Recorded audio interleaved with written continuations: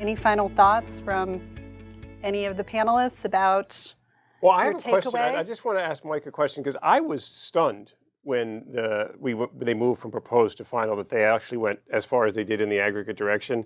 I'm not a sub-K guy, so I looked at this stuff and I always think, and indeed in the international area, Marty, I don't know your thoughts, and Elizabeth, but the government has seemed to be moving inexorably in this direction of aggregate, aggregate, aggregate.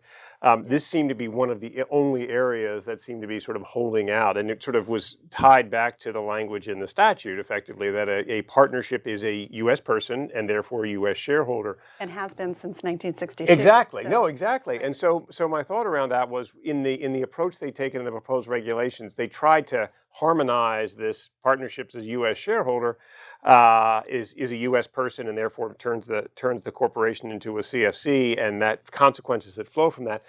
I think from my perspective, I agree with you. It's a favorable outcome for taxpayers. I was surprised to see it. I'm just curious, your perspective as a sub-K guy, is this the kind of thing you thought, oh, of course this makes sense, or is your reaction, gosh, that's curious? I think it's a welcome change. I think that what Treasury was dealing with was a certain amount of optionality in the treatment, that if you had a domestic partnership, moving that partnership offshore would get you the different GILTI treatment without really changing the application of many other rules. And as a policy matter, I think this definitely makes sense. Yeah.